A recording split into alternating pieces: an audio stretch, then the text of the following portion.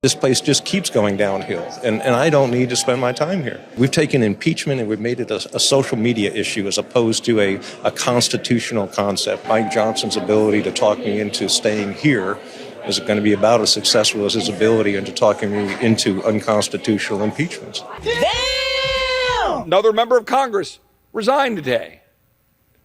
So now I'll be told, Chip, we only have a 1-seat majority or 2-seat majority. I don't even know what it is anymore. Let me ask you a question. Does it matter?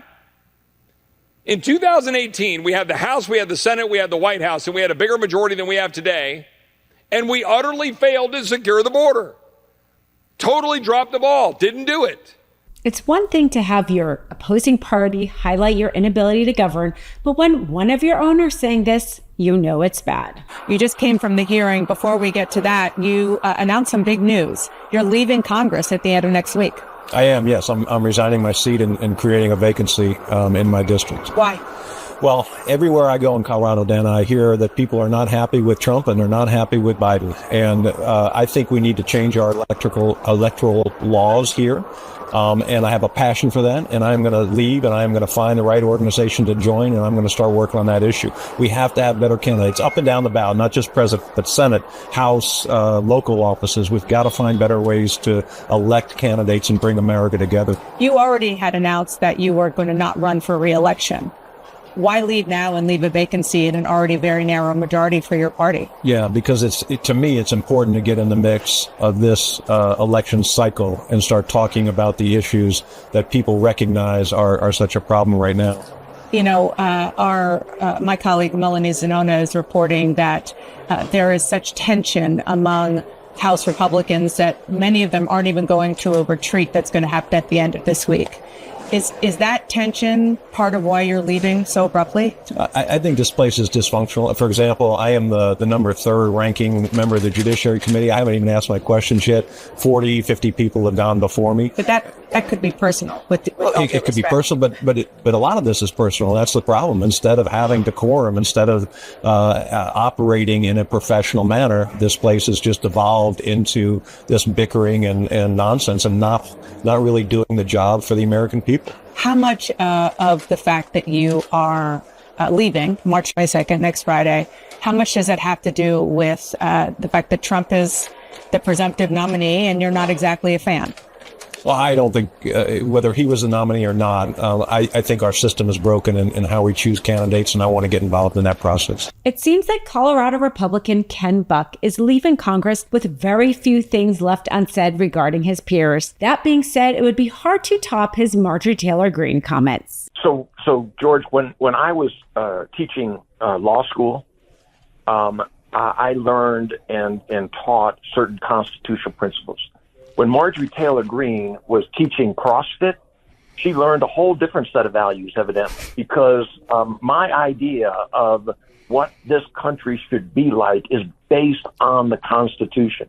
And she sees the world differently. She's criticized me for, voting to certify the election in 2020. The Constitution says Congress shall count the votes. It doesn't say Congress may overturn an election result. It doesn't say Congress can do whatever the heck it wants with this election. Shall count the votes. That's what the Constitution says. In her CrossFit class, maybe they didn't cover that. And then also, the Constitution also says that, the impeachment of a president shall be based on treason, high crimes, misdemeanors. It doesn't say it's a political exercise, right? And we hope that the Senate does the right thing. And so I get tired of people. One of the beauties of Congress is you bring 435 people together from different backgrounds and you try to reach a consensus on issues. When you've got people who care more about their social media accounts than they do about the Constitution, we have a real problem in Congress. The GOP got the gavel last year and finally had its chance to be in charge. It wasn't long, though, before the Trump train rolled in and crashed that party. Kevin McCarthy became the first speaker in the House ever to be removed by his own party. And then the GOP left the 3rd most powerful position in the country vacant for 3 weeks. I really hope in the next several days as we come together as a Republican caucus that we're able to resolve that so that we go unified to the House floor and deliver a speaker. I hope you don't take this personally, but do you guys have any idea how clownish you look? Well, Jake, I'm very fond of saying that Congress is like high school, but even more so. So hopefully we'll get past this. And, I certainly have been part of the governing majority, and I'm going to stay part of that and look forward to those who are on the fringes hopefully coming together so that we can get a speaker. I said that to Congressman Womack last week, high school, and he said that that's an insult to high school students. It's more like junior high. Congressman Turner, Chairman Turner, good to see you. I hope you guys pick a speaker sometime soon. Great. Thanks, Jake. I know you remember each of those failed, awkward attempts to install Steve Scalise, then Jim Jordan and Tom Emmer, before finally finding someone in Mike Johnson with just little enough name recognition to squeak through. Then there was the time they couldn't count, when they brought all the members into the House chambers only to find out they did not have enough votes to impeach the Homeland Security Secretary. They used the serious tool of impeachment as a gimmicky PR tool to only have their own dysfunction become the PR message. Then there was their failed attempt to pass any kind of immigration reform, despite them calling it a crisis and talking about it at every turn. We have nothing, in my opinion, we have nothing to go out there and campaign on, Chris. It's embarrassing. Right.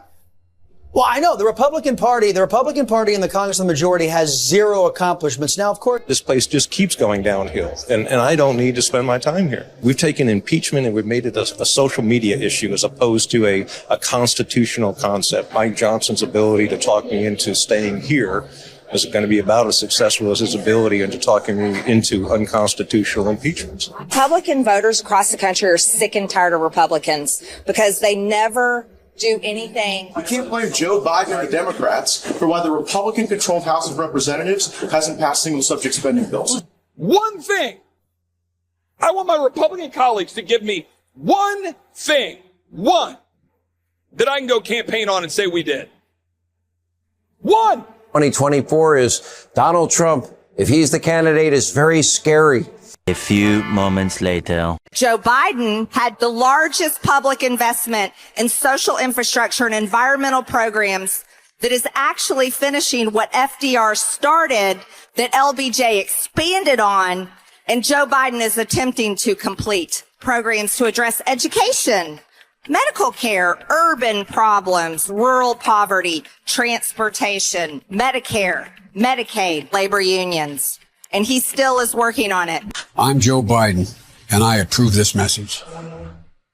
They're not serious about governing. How can they be? When the Senate passed a bipartisan immigration bill with major concessions from Democrats, they didn't take it up because Trump, who is really running the show, thought it would hurt his campaign to become president. When you are a party so beholden to a narcissist, power-hungry man like Trump, who really cares about nothing and no one but himself, you will find yourself in the position of the GOP, a complete dysfunctional, ineffective mess. When an actual public servant is in charge like Speaker Nancy Pelosi, things get done. Just 1 year before the GOP took control, House Democrats passed the Inflation Reduction Act, which was the largest attempt to stop climate change ever, and it lowered prescription drug costs. That alone would be a huge win compared to this House, but it also passed an election law to prevent another January 6th, passed the first gun safety law in 30 years, passed the CHIPS and Science Act, which will build plants here in America to compete against China, and enshrined same-sex marriage. And that was just in 1 year. Let me be clear. Unemployment is lower than it was even before COVID. Stock market is higher than it was even before COVID. And job creation is faster than it was even before COVID. So no matter what rebound effects you're talking about, these are economic results that have not happened since before I was born. Now, in terms of cost, that's been a major issue. And by the way, that's been a major issue in every wealthy country. This is an example of something that was largely affected by COVID. But I think there's a reason why inflation in the U.S. is lower than it is in any of the other G7 countries. It's actually not true. At least, well, not according to the Washington Post. They say Japan, Italy, and Germany all had lower inflation rates than we do, and Italy's is less than 1%. They may have been looking at a different time period, but I'm telling you, if you look at the overall time period when it was toughest, our inflation rate was better. And I would add, right now, wages are going up faster than prices. That means even after inflation, you're coming out ahead. Now, that's an across-the-board number, but some people For 2 years, that wasn't true. We had a tough bout of inflation, no doubt that we did, which is why President Biden is trying to lower costs. Even before this year, the GOP hasn't been productive in the House in years. Sure, they managed to pass a tax bill while they were in charge and Trump was president, but it's the Democrats that are passing major legislation from healthcare to infrastructure that is making our country more livable and more prepared for the future. I think the Republicans, in the meantime, however, are in danger of losing the advantage they have vis-a-vis Biden on the issue of the border and on the issue of Ukraine funding, Israel funding, funding to defend Taiwan, because they are refusing to act on these measures that would deal with that. Also on the issue of rebuilding America's defenses. So I think that that snapshot that those polling numbers you cited represent may be temporary and are likely to be temporary, in fact. And that the Republicans, think of what the Republicans are doing, for example, Kevin, on the border issue. They said that they wouldn't pass aid to Ukraine and other places unless there was action on the border. So the Senate produced a bill negotiated by one of its most conservative Republican members on the border, which had some defects in it, as compromise measures always do. And it was nonetheless the strongest border protection bill that I've seen in my time in Washington. And the House simply announced it was not going to take it up, so it failed even in the Senate.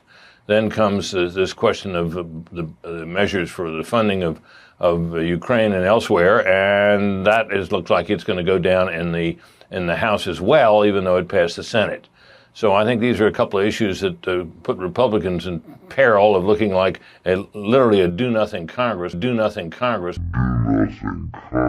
which is something you can bet the Biden administration is going to be talking about going forward in the Biden campaign as well. Love this video? Make sure you stay up to date on the latest breaking news and all things Midas by signing up to the MeidasTouch newsletter at MeidasTouch.com/newsletter.